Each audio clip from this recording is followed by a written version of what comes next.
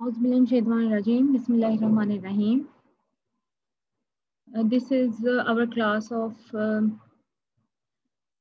Information Technology third semester और हम जो कोर्स पढ़ने जा रहे हैं this is about the electronics, which is the basic electronics. The book which we are going to follow I have shared among you people in the group, that is the Electronic Devices by the Thomas Floyd.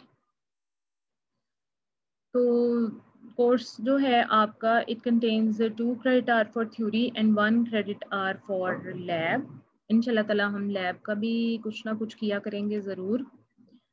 तो फिलहाल हम theory का जो है वो start करते हैं। तो कोर्स में आपके पास जो जो चीज़ें इंक्लूडेड हैं वो कोर्स आउटलाइन भी मैंने शेयर की है ऑलरेडी, और इसमें जो चीज़ें इंक्लूडेड हैं वो ये है कि first of all we will see the basic structure of the atom and then हम देखेंगे कि ये जो स्ट्रक्चर ऑफ एटम है किस तरीके से ये हमें हेल्पफुल है in determining the electrical properties of the materials, और इन इलेक्ट्रिकल प्रॉपर्टीज ऑफ मटेरियल्स की बेस पर किस तरीके से हम जो है कुछ मटेरियल्स को इस्तेमाल करते हैं एज कंडक्टर, इंसुलेटर और सेमीकंडक्टर्स, और फर्दर ये जो सेमीकंडक्टर्स हैं ये किस तरीके से हमें यूजफुल है और इनको हम किस तरह इस्तेमाल कर सकते हैं for electronic purposes. Electronics basically branch है आपके पास फिजिक्स की, जिसमें आप क्वांटम मैकेनिकल लेवल के ऊपर या माइक्रोस्कोपिक लेवल के ऊपर स्टडी करते हैं इलेक्ट्रॉन्स की ट्रांसपोर्ट को, और उनकी बेसिस पर आपके पास जो डिवाइसेस बनते हैं उनको। तो क्योंकि आप इंफॉर्मेशन टेक्नोलॉजी के स्टूडेंट्स हैं, कंप्यूटर साइंस के स्टूडेंट्स हैं, तो आप डील करते हैं यूजुअली इसकी कंप्यूटर सिस्टम्स के साथ और उनकी लैंग्वेजेस के साथ, उसके स्ट्रक्चर के साथ। तो किस तरीके से आप जैसे उसमें आप यूज़ करते हैं प्रोसेसर्स को, माइक्रो प्रोसेसर्स को, इंटरनेट को, या फिर आप इस्तेमाल करते हैं सीपीयू यूनिट्स वगैरह को, सीपीयू यूनिट को। तो ये सब कुछ कैसे बनता है और किस तरीके से मज़ीद एडवांस से एडवांस होता जा रहा है, वो उसकी जो बेसिक्स हैं वो लाई करती हैं मटेरियल्स में, और ये जो मटेरियल्स हैं ये डिपेंड करते हैं एटम्स पर। तो देखते हैं, अब हम स्टडी करते हैं इसको कि बेसिकली ये क्या है। तो जितने भी आपके पास मैटर है, अगर मैटर को डिफाइन करें तो मैटर क्या होगा कि anything that can have a mass and then that can occupy space, ऐसी चीज को आप मैटर कहते हैं। कोई भी ऐसी चीज जो जिसका कोई हुजम भी होता है और जो कोई जगह भी घेरती है, और इसके अलावा जिसका कोई मास भी होता है, उसको आप मैटर कहते हैं। तो ये जो मैटर है it is composed of atoms, इसमें एटम्स मौजूद है, और ये एटम जो है इसकी बुनियादी इकाई है। एटम्स फर्दर किन चीज़ों पे कंसिस्ट होता है, उसके अंदर इलेक्ट्रॉन्स होते हैं, प्रोटॉन्स होते हैं और न्यूट्रॉन्स होते हैं। लेकिन अगर आप हाइड्रोजन की बात करें तो उसमें न्यूट्रॉन्स नहीं होते। आम जो न्यूट्रल हाइड्रोजन है, अगर ये नॉर्मल हाइड्रोजन है, जब आप हाइड्रोजन आइसोटोप्स में जाएंगे तो उसमें न्यूट्रॉन भी मौजूद होते हैं। तो पीरियोडिक टेबल में जितने भी आपके पास एटम्स मौजूद हैं, ये एलिमेंट्स मौजूद हैं, हर एलिमेंट का एक डिफरेंट किस्म का स्ट्रक्चर होता है, और उसकी बेस पर हर एक एलिमेंट में different number of electrons, different number of protons, different number of neutrons मौजूद होते हैं। फर्दर आपके पास एटम को समझने के लिए मुख्तलिफ किस्म के मॉडल पेश किए गए। सबसे पहले जो मॉडल पेश किया गया था that was plum pudding model. उस मॉडल के मुताबिक ये कहते थे कि अगर आपके पास ना कहीं पर जो एटम है उसको हम ऐसे डिफाइन कर सकते हैं कि आपके पास जिस तरीके से आप केक या प्लम पुडिंग की बात करते हैं कि उसके अंदर क्या होता है कि सारा का सारा हिस्सा जो है वो केक का बना होता है और कुछ हिस्से पे फ्रूट केक एम्बेडेड होता है। ये जैसे पुडिंग है और उसके अंदर आप कोई ड्राई फ्रूट या कुछ भी डालते हैं, तो वो भी आपके पास ऐसे ही है कि सारे हिस्से में पुडिंग है और कुछ हिस्से पे कुछ ना कुछ ड्राई फ्रूट्स हैं वो एम्बेडेड है। तो इसी तरीके से जो एटम है ना वो आपके पास इस तरह है कि वो सारा का सारा वो एक स्ट्रक्चर है जो नेगेटिवली चार्ज है, और कुछ हिस्से पे जो उसके अंदर है ना वो पॉजिटिव चार्जेस एम्बेडेड है। सबसे पहला मॉडल जो पेश किया गया वो ये था। With the passage of time ये देखा गया कि ये मॉडल जो है ना ये ऑब्सलीट है, ये हमें कोई प्रॉपर डेफिनेशन नहीं दे रहा और एटम ऐसा नहीं होता। फिर कई मॉडल्स पेश हुए और अल्टीमेटली जी रदरफोर्ड ने एक मॉडल पेश किया और उसने कहा जी ऐसे नहीं है। उसने एक एक्सपेरिमेंट परफॉर्म किया।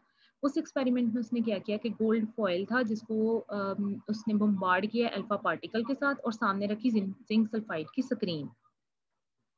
जब देखा तो एक पैटर्न उसके ऊपर बन गया, स्कैटरिंग पैटर्न जिसको कहते हैं, और बैक स्कैटरिंग भी कुछ ऐसा हिस्सा भी आया जो सेंट्रल रीजन था जहां से बैक स्कैटरिंग हो गई, कोई उधर नजर ना आया स्क्रीन के ऊपर डेवलपमेंट। तो उसने फिर ये कहा जी ऐसे तो आप जो पहले पढ़ रहे हैं ना मॉडल, वो वैसा मॉडल कुछ नहीं है। ऐसे है कि सेंट्रल रीजन जो है ना, this is made up of positive charges, और जो उसके अलावा बाकी का एटम है उसमें बहुत सारी जो है ना वो फ्री स्पेस मौजूद है। तो उसमें बहुत सारी जो है ना वो फ्री स्पेस मौजूद है।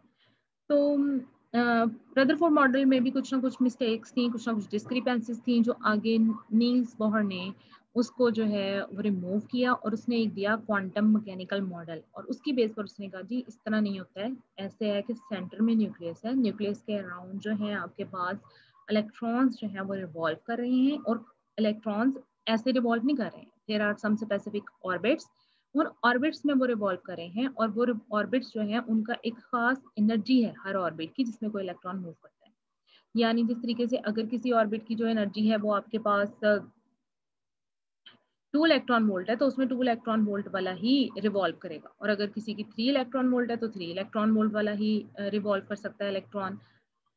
तो ऐसे ही जो इलेक्ट्रॉन्स हैं उनकी कोई खास एनर्जीज हैं, और एनर्जी लेवल्स की भी कोई खास एनर्जी है जिसके अकॉर्डिंगली कोई इलेक्ट्रॉन उसमें प्लेस हो सकता है। ये बिल्कुल इस तरीके से है जैसे आपके पास कम्युनिटी में बहुत सारे लोग हैं, आप सब लोग रहते हैं, लेकिन सब लोग अपने अपने घर में ही रहते हैं ना। ऐसे तो नहीं हो सकता ना कि कोई जो है वो अपनी किसी खाला के घर जाके हमेशा के लिए रहने लग जाए। तो सब लोग अपने अपने ही घर में यूजुअली रहते हैं। तो इसी तरीके से हर एटम की एक खास एनर्जी स्टेट है जिसमें वो रहता है, ये बोहर ने इसको एक्सप्लेन किया। उसने ये कहा कि जो न्यूक्लियस है उसमें प्रोटॉन्स और न्यूट्रॉन्स मौजूद होते हैं, और neutrons are uncharged particle, protons है positively charge, protons are positively charge particles, और उसके अराउंड रिवॉल्व करते हैं इलेक्ट्रॉन्स अपने खास ऑर्बिट्स में दैट आर नेगेटिवली चार्ज। तो हर जो एटम है उसमें सर्टेन नंबर ऑफ इलेक्ट्रॉन और प्रोटॉन मौजूद हैं जो डिफरेंट एलिमेंट के एटम्स को एक दूसरे से डिफरेंशिएट या डिस्टिंग्विश करते हैं। सबसे सिंपलेस्ट एटम हाइड्रोजन का है जिसमें एक इलेक्ट्रॉन और एक प्रोटॉन होता है, जबकि हीलियम एटम, अगर एक और एटम को हम लें तो उसमें 2 प्रोटॉन और 2 न्यूट्रॉन मौजूद हैं न्यूक्लियस में, जबकि 2 इलेक्ट्रॉन उसके अराउंड ऑर्बिट कर रहे हैं, अपने खास ऑर्बिट में रिवॉल्व कर रहे हैं। तो ये बिल्कुल ऐसे ही है जैसे आपके पास प्लानिटरी टाइप स्ट्रक्चर्स होते हैं, जैसे सन जो है वो सेंटर में है और उसके अराउंड अर्थ है या और प्लैनेट्स हैं वो रिवॉल्व कर रहे हैं, तो बिल्कुल सेम स्ट्रक्चर जो है आपके पास एटम का होता है। अब जो नंबर ऑफ प्रोटॉन्स हैं न्यूक्लियस में, या जो नंबर ऑफ इलेक्ट्रॉन्स हैं जो रिवॉल्व कर रहे हैं न्यूक्लियस के अराउंड, उसकी बेस पर हम एटॉमिक नंबर जो है उसको डिफाइन करते हैं किसी भी एलिमेंट या एटम का, और इस एटॉमिक नंबर की बेस पर ही ये एलिमेंट पीरियोडिक टेबल में अरेंज किए गए हैं। जैसे सबसे पहला एलिमेंट जो है आपके पास हाइड्रोजन है, उसका एटॉमिक नंबर 1 है। सेकंड आपके पास हीलियम है और उसका जो एटॉमिक नंबर है वो 2 है। तो इस तरीके से एटॉमिक नंबर की बेस पर हम इसको अरेंज करते हैं पीरियोडिक टेबल में। नॉर्मल स्टेट में आपके पास सब जो एलिमेंट्स हैं उसमें नंबर ऑफ इलेक्ट्रॉन्स और प्रोटॉन इक्वल होते हैं, एटम के ऊपर कोई चार्ज नहीं होता है, और नेट चार्ज आप जीरो कह सकते हैं। लेकिन जब भी कोई एटम किसी आयोनाइज स्टेट में जाता है तो फिर ये जो चार्जेस हैं पॉजिटिव नेगेटिव कुछ भी हो सकती हैं। ये आपके सामने एक जो एटम है वो दिखाया गया, और बोहर मॉडल के अकॉर्डिंगली ये न्यूक्लियस है सेंटर में, जिसमें आपके पास बहुत सारे पॉजिटिव चार्जेस और न्यूट्रॉन्स मौजूद हैं। ये ग्रे कलर के न्यूट्रॉन्स हैं और ब्लू कलर में आपके पास प्रोटॉन्स हैं, और ये इसके अराउंड रिवॉल्व कर रहे हैं इलेक्ट्रॉन। अच्छा जी, अब जो इलेक्ट्रॉन्स हैं वो किसी खास ऑर्बिट्स में रिवॉल्व करते हैं। ऑर्बिट क्या होता है? एक खास सर्कुलर पाथ है जिसमें कोई इलेक्ट्रॉन जो है वो रिवॉल्व कर रहा है न्यूक्लियस के अराउंड। जिस तरीके से हम अगर ये कहें, ये अगर हाइड्रोजन का एटम है तो इसमें ये देखें इलेक्ट्रॉन इस पिंक वाला एक पूरा पाथ है जिसके अंदर वो रिवॉल्व कर रहा है। जिस पाथ को फॉलो कर रहा है और जिसमें ये रिवॉल्व कर रहा है उसको हम ऑर्बिट कहेंगे। अब हीलियम में देखें आपके पास एक इलेक्ट्रॉन इस तरह रिवॉल्व कर रहा है, एक दूसरी तरह रिवॉल्व कर रहा है, तो वो 2 ऑर्बिट्स में रिवॉल्व कर रहे हैं। तो वो स्पेसिफिक पाथ जो एक इलेक्ट्रॉन अडॉप्ट करता है एक सर्टन स्पेसिफिक डिस्टेंस पे न्यूक्लियस से, उसका खास डिस्टेंस होता है, उसको हम कहते हैं ऑर्बिट। और ये जो ऑर्बिट्स हैं ये मिलके बना देते हैं आपके पास एनर्जी लेवल्स, क्योंकि हर ऑर्बिट में रहने वाले इलेक्ट्रॉन की एक खास एनर्जी होती है। तो आप ये कह सकते हैं कि ये न्यूक्लियस से डिस्क्रीट डिस्टेंसेस पे हैं, और इन डिस्टेंसेस के हिसाब से हर एक ऑर्बिट अलग अलग मौजूद है। ये ऑर्बिट जब ग्रुप्ड होते हैं तो हम कह सकते हैं कि ये एनर्जी लेवल्स बन गए हैं और इन एनर्जी लेवल्स को आप शेल्स का नाम देते हैं। ऑर्बिट वो पाथ है जिसमें एक इलेक्ट्रॉन मूव करता है। तो बहुत सारे ऑर्बिट्स 3, 4, 5, 6 ऑर्बिट्स मिलते हैं ग्रुप और उनके अंदर एनर्जी डिफरेंस बहुत कम होता है। तो इन एनर्जी लेवल्स को या इन जो आपके पास ऑर्बिट्स हैं इनको आप नाम देते हैं एनर्जी लेवल का और उसको फिर आप कहते हैं शेल। जैसे आपने may B I hope so आपने मैट्रिक और इंटरमीडिएट में केमिस्ट्री पढ़ी होगी किसी ना किसी लेवल पर, या उससे पहले भी जब आप छोटी क्लासेस में थे तो आपको एटॉमिक स्ट्रक्चर पढ़ाया जाता था, तो उसमें आपको कहा जाता था कि जी शेल्स होते हैं जिनको आप नाम देते थे KLMN, और फिर आप कहते थे कि के शेल जो है उसके अंदर 2 इलेक्ट्रॉन है, एल में जो है आपके पास 8 है, एम में भी आपके पास मिनिमम 8 हो सकते हैं, ज्यादा से ज्यादा आपके पास 18 हो सकते हैं।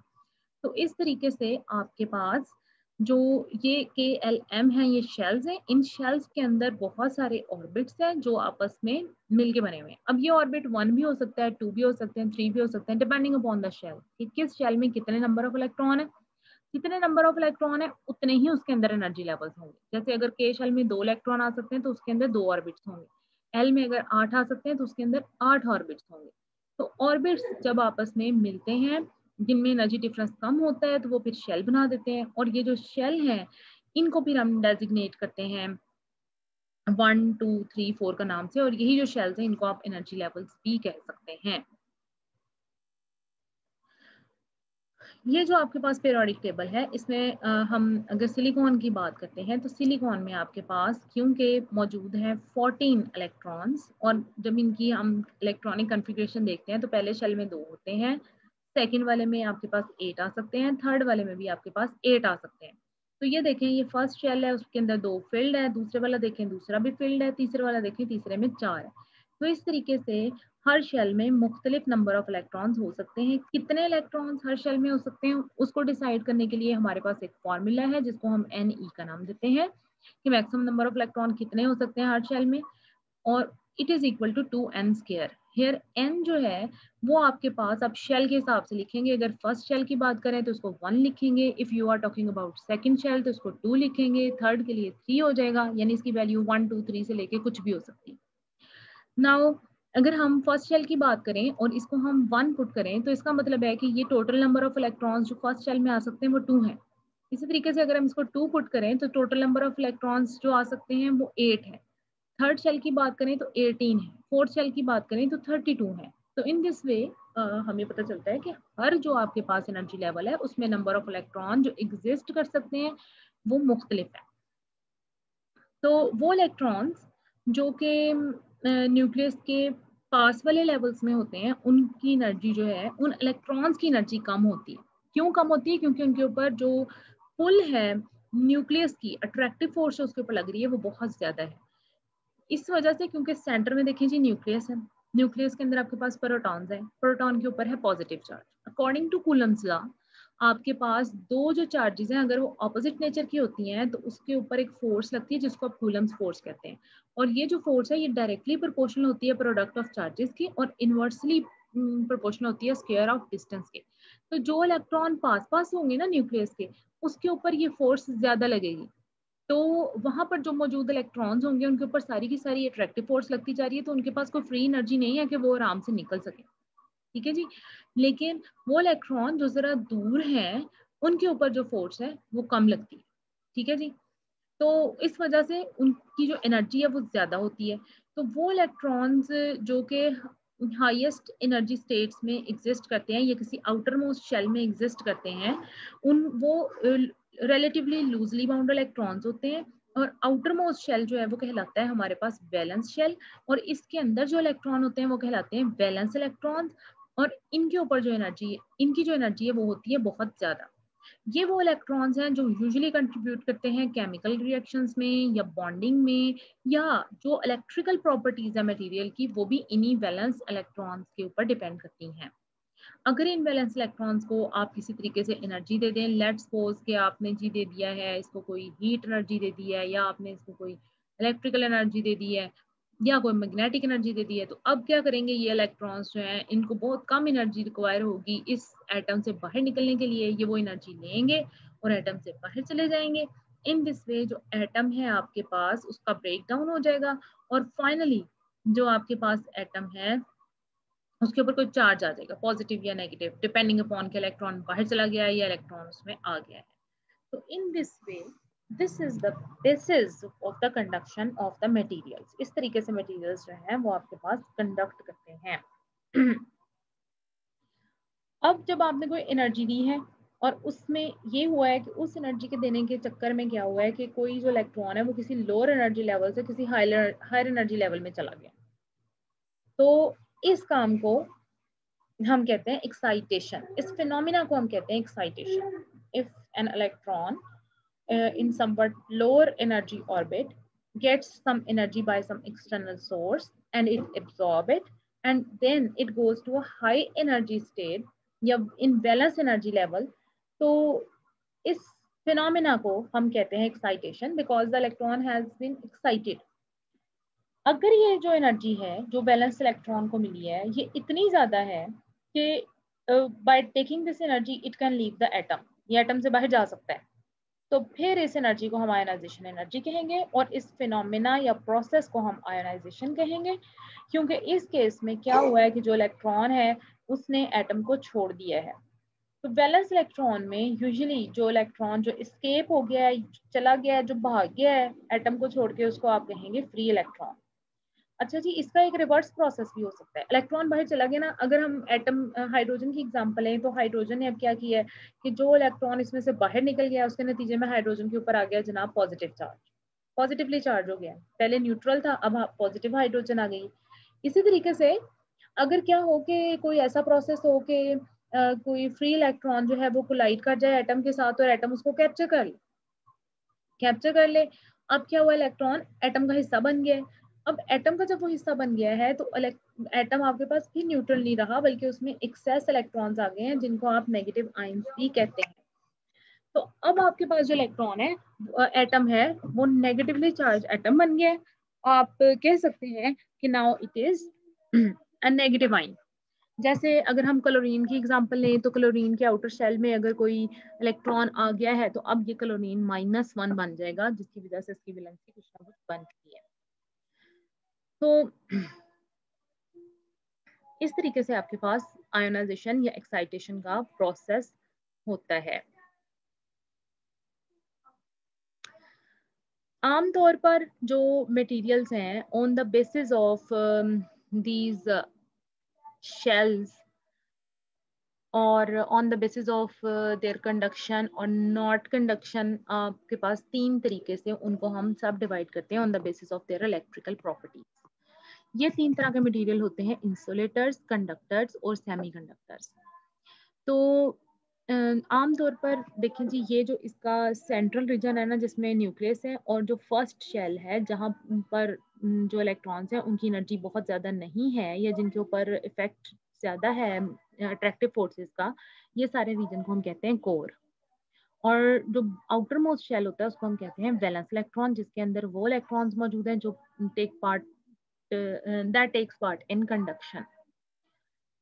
अच्छा जी, अब अगर हम एक सिलिकॉन कार्बन एटम की बात करें तो ये कार्बन एटम जो है इसमें देखें आपके पास 6 इलेक्ट्रॉन्स होते हैं, 2 इलेक्ट्रॉन के शेल में और 4 इलेक्ट्रॉन जो है वो आउटर मोस्ट शेल में। अब इस केस में क्या हुआ है कि ये जो 2 फर्स्ट वाले शेल के इलेक्ट्रॉन है और सेंटर में जो +6 लिखा हुआ है, 6 प्रोटॉन है, ये मिलके बन गई है कोर। अब कोर पर अगर हम चार्ज चेक करें तो ये बन जाएगा +4, क्योंकि ये 2 इलेक्ट्रॉन का नेगेटिव चार्ज और 6 प्रोटॉन का पॉजिटिव चार्ज जब ऐड करेंगे हम तो this will be net charge +4। और ये जो है ये 4 इलेक्ट्रॉन्स हैं जो वैलेंस इलेक्ट्रॉन्स हैं। इंसुलेटर्स आपके पास ऐसे मटेरियल्स होते हैं जो कि बिल्कुल भी इलेक्ट्रिकल करंट को कंडक्ट नहीं करते नॉर्मल कंडीशंस में। आमतौर पर जो इंसुलेटर्स गुड इंसुलेटर्स हैं वो कंपाउंड्स होते हैं और रादर देन कि वो कोई सिंगल एलिमेंट मटेरियल हो, और उनकी जो रेजिस्टेंस है वो बहुत हाई होती है। वैलेंस इलेक्ट्रॉन्स जो हैं इन इंसुलेटर्स में टाइटली बाउंड होते हैं और इसलिए बहुत फ्यू इलेक्ट्रॉन्स जो हैं वो मौजूद होते हैं इंसुलेटर में। एग्जांपल्स इसकी क्या है, रबर है, प्लास्टिक है, ग्लास है, माइका है, क्वार्ट्ज है। कंडक्टर्स ऐसे मटेरियल्स हैं जो इजीली करंट कंडक्ट करते हैं। आमतौर पर मेटल्स जो हैं वो बहुत गुड कंडक्टर होती हैं। बेस्ट कंडक्टर्स जो हैं वो कॉपर है, सिल्वर है, गोल्ड है, एल्यूमिनियम है। और इनको हम करेक्टराइज करते हैं बाय एटम्स, क्योंकि इनमें वैलेंस इलेक्ट्रॉन में सिर्फ वैलेंस शेल में सिर्फ एक वैलेंस इलेक्ट्रॉन होता है और वो इतना लूजली बाउंड होता है एटम के साथ कि it can easily move, it can freely move, तो वो फ्री इलेक्ट्रॉन बन जाता है, इसलिए इनको हम कंडक्टिव मटेरियल्स कहते हैं।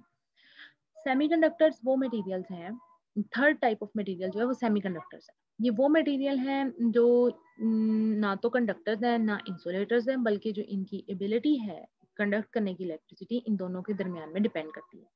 जब आप 0 केल्विन पर रखेंगे ऐसे मटेरियल्स को तो they will act like insulators, लेकिन जैसे ही आप उसको रूम टेम्परेचर पे रखेंगे it will start to conduct the electricity और वो बन जाएगा कंडक्टर। सिंगल एलिमेंट सेमी जो इंट्रिंसिक या प्योर फॉर्म में आपके पास ये बिल्कुल भी गुड कंडक्टर नहीं होते और ना ही गुड इंसुलेटर होते हैं। बहुत कम फ्री इलेक्ट्रॉन, यानी कि वो ना तो कंडक्शन परफॉर्म कर सकते हैं और ना ही वो कोई खास किस्म के आपके पास इंसुलेटर्स होते हैं। अब आमतौर पर इसकी जो एग्जांपल्स हैं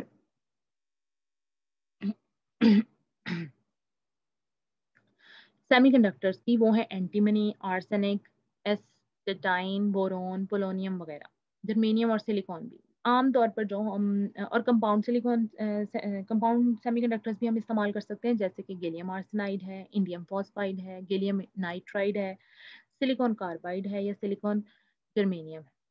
लेकिन आमतौर पर जो सिंगल एलिमेंट सेमीकंडक्टर्स हम यूज करते हैं वो सिलिकॉन होता है जो मोस्ट कॉमनली यूज हो रहा है, और इसके अलावा जर्मेनियम भी होता है। तो सिलिकॉन में या सिंगल एलिमेंट सेमीकंडक्टर्स में 4 वैलेंस इलेक्ट्रॉन्स मौजूद होते हैं। किस वजह से इनकी कंडक्टिविटी जो है वो ज्यादा या कम होती है वो डिपेंड करता है इनके एनर्जी बैंड गैप पे। हमने बात की है कि आपके पास जो मौजूद है valence shell, outermost shell है जिसमें नंबर ऑफ इलेक्ट्रॉन्स ऐसे मौजूद हैं जो लूजली बाउंड है। तो जब आपके पास इलेक्ट्रॉन्स को आप कुछ एडिशनल एनर्जी देते हैं तो वो वैलेंस शेल को लीव करता है और फ्री इलेक्ट्रॉन बन जाता है। जब वो फ्री इलेक्ट्रॉन बन जाता है ना तो वैलेंस शेल के ऊपर भी एक शेल बन जाता है और शेल को आप कहते हैं कंडक्शन बैंड। एक बैंड बन जाता है कंडक्शन बैंड। ये जो कंडक्शन बैंड है इसमें जो इलेक्ट्रॉन्स होते हैं वो फ्री इलेक्ट्रॉन्स होते हैं। अब क्या होता है कि ये जो एनर्जी बैंड बना है वैलेंस बैंड और कंडक्शन बैंड के दरमियान, उसको आप कहते हैं एनर्जी गैप या बैंड गैप या फॉरबिडन एनर्जी स्टेट्स, क्योंकि ये वो एनर्जी स्टेट्स हैं जिसमें कोई इलेक्ट्रॉन्स एग्जिस्ट नहीं कर सकते। और ये अमाउंट ऑफ एनर्जी है that is required by the valence electron to jump from the valence band to conduction band. तो जब आपके पास कंडक्शन बैंड में फ्री इलेक्ट्रॉन आ जाएगा तो फिर ये होगा कि वो जो है वो उसकी इतना कनेक्शन जो है वो नहीं रहेगा आपके एटम के साथ और वो इजीली फ्रीली मूव कर सकेगा और फिर कंडक्शन इजीली पॉसिबल हो सकेगी। अब हमारे पास ये एक फिगर है जो एक्सप्लेन कर रही है एनर्जी बैंड गैप को। ये देखें जी, ये इंसुलेटर है। इंसुलेटर में वैलेंस बैंड और कंडक्शन बैंड के दरमियान में बहुत ज्यादा एनर्जी गैप होता है और ये 5 इलेक्ट्रॉन वोल्ट के गालबन इक्वल होता है। यानी वैलेंस बैंड से किसी भी इलेक्ट्रॉन को जंप करने के लिए 5 इलेक्ट्रॉन वोल्ट की एनर्जी चाहिए, लेकिन this is too much energy. अगर आप इतनी एनर्जी इसको देंगे तो वो वैलेंस से कंडक्शन में तो नहीं जाएगा, बल्कि और होगा क्या कि आपका जो इलेक्ट्रॉन एटम है ना वो मेल्ट डाउन हो जाएगा, वो ब्रेक डाउन हो जाएगा, उसका एटम ही नहीं रहेगा। सेकेंड आपके पास है सेमीकंडक्टर। सेमीकंडक्टर्स में वैलेंस बैंड और कंडक्शन बैंड में एनर्जी गैप बहुत कम होता है। इन case of germanium it is 0.7, in case of semiconductor silicon it is 0.3।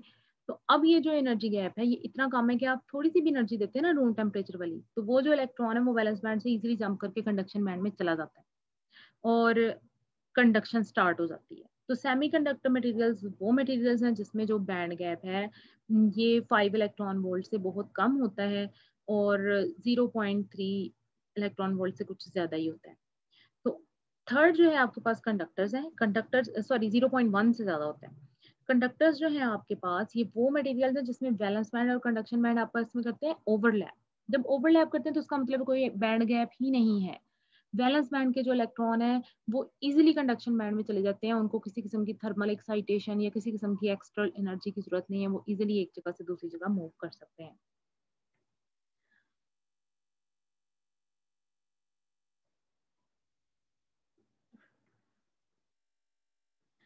अच्छा जी, अब हम कंसीडर करते हैं कि हमारे पास एक कॉपर एटम है और एक हमारे पास है जी सेमीकंडक्टर एटम, जिसको हम कह रहे हैं सिलिकॉन। सिलिकॉन में आप ये देखें कि इसका जो आउटर मोस्ट शेल है ना, इसमें 4 वैलेंस इलेक्ट्रॉन है और इसमें देखें कॉपर में 1 वैलेंस इलेक्ट्रॉन है। तो ये जो 1 वैलेंस इलेक्ट्रॉन है ना, it will have extra energy, ये इजीली कंडक्ट कर सकता है। ठीक है जी, इसके ऊपर कोई खास अट्रैक्टिव फोर्स नहीं है। लेकिन सिलिकॉन में आप देखें उसके ऊपर अट्रैक्टिव फोर्सेस लग रही हैं। मतलब जब इंसुलेटर होगा तो फिर तो ये इलेक्ट्रॉन्स मूव नहीं कर सकते, लेकिन जब ये कंडक्टर बन जाएगा, रूम टेम्परेचर पे रखेंगे तो इसके पास इतनी एनर्जी होगी कि ये valence electron easily conduction band में जा सकेंगे और इन जो है इलेक्ट्रिसिटी को कंडक्ट कर सकेंगे। अब अगर हम सिलिकॉन और जर्मेनियम की बात करें तो ये दोनों ही सेमीकंडक्टर्स हैं। इन केस ऑफ सिलिकॉन आप देख रहे हैं कि आउटर मोस्ट शेल में 4 इलेक्ट्रॉन है, लेकिन टोटल जो शेल है वो कितने हैं, 1 2 3। जर्मेनियम में देखें आपके पास टोटल शेल कितने हैं, 1 2 3 4।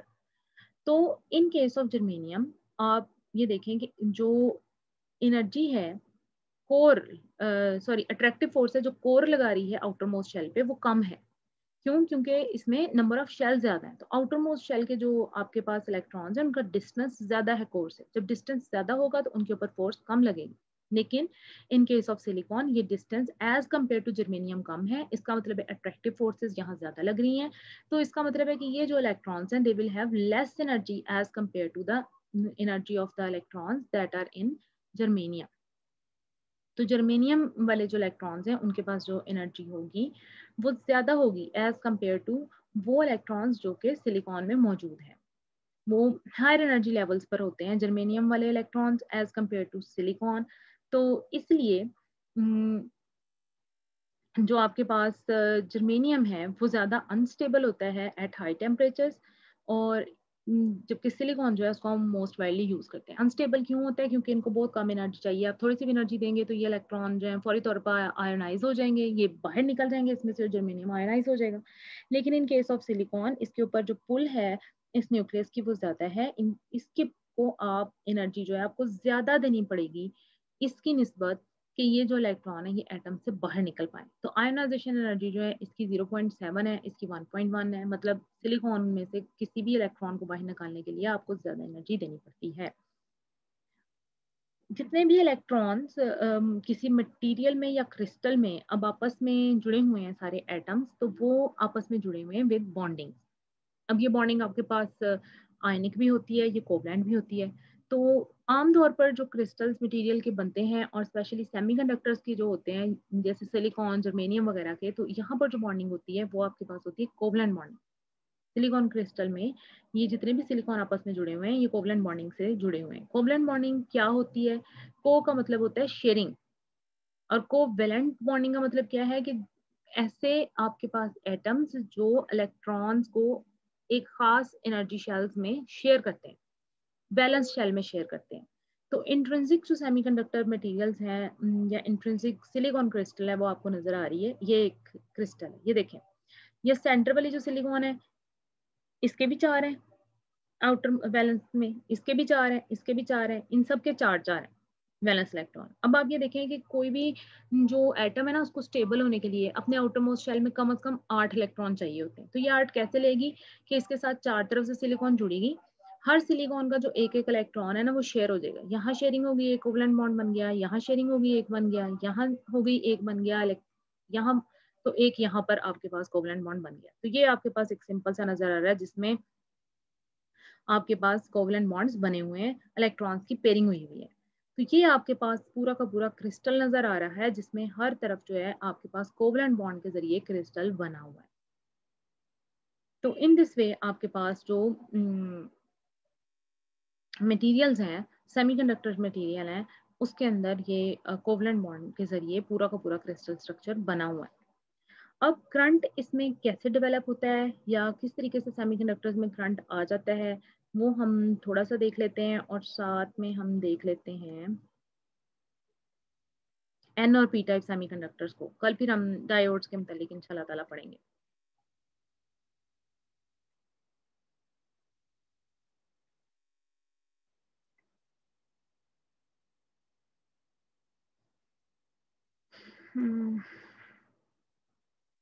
बस थोड़ा सा बेटे, ये भी कोई इतना डिफिकल्ट नहीं है, इसको हम साथ ही कर लेते हैं। अच्छा जी, हमने बात की थी कि जब हम सेमीकंडक्टर्स को रखते हैं ना ज़ीरो टेम्परेचर पर, तो वो एक्ट करते हैं इंसुलेटर की तरह। लेकिन जैसे ही हम उसको रूम टेम्परेचर पे ले आते हैं, तो उनके पास इतनी एनर्जी आ जाती है कि वो क्या करते हैं, वो कुछ कंडक्टर बन जाते हैं। अब आप अगर ज़रा इस पिक्चर को देखें, तो इसके अंदर आप ये देखें कि ये फर्स्ट बैंड है, ये सेकंड है, ये थर्ड शेल है और ये कंडक्शन बैंड है, वैलेंस शेल के ऊपर। और ये है इनका बैंड गैप। जब आप इसको थोड़ी-सी भी एनर्जी देते हैं, तो ये इलेक्ट्रॉन यहाँ से निकल के कंडक्शन बैंड में आ जाते हैं और उसके नतीजे में क्या होता है कि करंट जो कंडक्ट करना शुरू हो जाता है ये। जब ये ऊपर जाएगा ना, तो इसके पीछे वाली जो जगह बचेगी, वो बन जाएगी होल। होल का मतलब क्या है कि there will be a positive charge. ये देखिए जी, इंट्रिंसिक सिलिकॉन क्रिस्टल में जब रूम टेम्परेचर पे रखा, उसको इतनी एनर्जी मिल गई कि उसने एक तोड़ा अपना कोवलेंट बॉन्ड और वो इलेक्ट्रॉन जो है वहां से रिलीज हो गया। जहां से वो रिलीज हुआ है, क्योंकि रूम टेम्परेचर पर हीट एनर्जी से मिली है, तो वहां बन गया एक होल। होल को हम इलेक्ट्रॉनिक्स में कहते हैं पॉजिटिव चार्ज। और ये जो इलेक्ट्रॉन है, ये चला गया है कंडक्शन बैंड में, तो ये बन गए हैं फ्री इलेक्ट्रॉन। तो फ्री इलेक्ट्रॉन्स को हम कहते हैं कंडक्शन इलेक्ट्रॉन्स, जिनके मूव करने से करंट फ्लो करेगा। और इनके पीछे जो वैकेंसी रह जाएगी, उसको हम कहेंगे होल, ये जिसको हम कह सकते हैं नेगेटिव चार्ज। और ये वहां बनेगी, सॉरी पॉजिटिव चार्ज, ये वहां बनेगी जहां से इलेक्ट्रॉन गया है। तो अब आपके पास हुआ क्या है कि आपने उसको हीट एनर्जी दी, जिसके नतीजे में इलेक्ट्रॉन होल पेयर जनरेट हो गया। अगर ये आफ्टर सम टाइम ये उस एनर्जी को खत्म करके, तो ये जो इलेक्ट्रॉन है वापस इस होल में आ जाए, तो फिर क्या होगा, इसको हम कहेंगे इस प्रोसेस को रिकम्बिनेशन। जब ये यहाँ वापस आएगा, तो कुछ ना कुछ एनर्जी जो है वो इसमें से रिलीज होगी। वो एनर्जी अगर विजिबल रीजन में हुई तो हम देख सकेंगे, अगर विजिबल में ना हुई तो हम नहीं देख सकते। तो इन दिस वे एक इंट्रिंसिक सिलिकॉन का जो पीस है, वो रूम टेम्परेचर पर बन जाता है आपके पास कंडक्टिव मटेरियल, और उसमें जो है इलेक्ट्रिक करंट फ्लो करना शुरू हो जाता है। कैसे हम देख सकते हैं ये देखें जी, अब आपके पास अगर क्रिस्टल है ना, तो इसमें तो बहुत सारे तरीके से ये हो सकता है ना। जैसे यहाँ से कोई बॉन्ड टूटा, तो यहाँ से कोई बॉन्ड टूटा, यहाँ होल बन गया और ये इलेक्ट्रॉन बाहर निकल गया, यहाँ से टूटा बाहर निकल गया। तो हीट एनर्जी देने से, ये रूम टेम्परेचर पर रखने पर आपके पास इलेक्ट्रॉन होल पेयर जनरेट हो गए। और जहाँ कहीं नीची जगह पर होल बना हुआ है, तो ये आफ्टर सम टाइम जो फ्री इलेक्ट्रॉन है वो वहां आकर बैठ गया है, तो इसको आप रिकम्बिनेशन कह रहे हैं। अब अगर हम इस पूरी क्रिस्टल को किसी बैटरी के साथ अटैच कर दें, तो अब क्या होगा कि अब हम इसको दे रहे हैं इलेक्ट्रिक एनर्जी, पोटेंशियल डेवलप हो गया। ये पॉजिटिव चार्ज क्या करेगा, इलेक्ट्रॉन्स को खींचेगा अपनी तरफ। ये इलेक्ट्रॉन्स इसकी तरफ जब जाएंगे, तो उसके नतीजे में बन जाएंगे यहाँ होल। अब इलेक्ट्रॉन क्या कर सकते हैं कि वो इस होल में भी आ सकते हैं और इस होल को लीव करके नेक्स्ट जगह जा सकते हैं और फिर पॉजिटिव की तरफ जा रहे हैं। तो आपको बज़ाहिर ऐसे लगेगा कि जो इलेक्ट्रॉन्स हैं वो पॉजिटिव एंड की तरफ मूव कर रहे हैं, और ये इलेक्ट्रॉन जब मूव करेंगे, तो इसको आप कहेंगे इलेक्ट्रॉन करंट।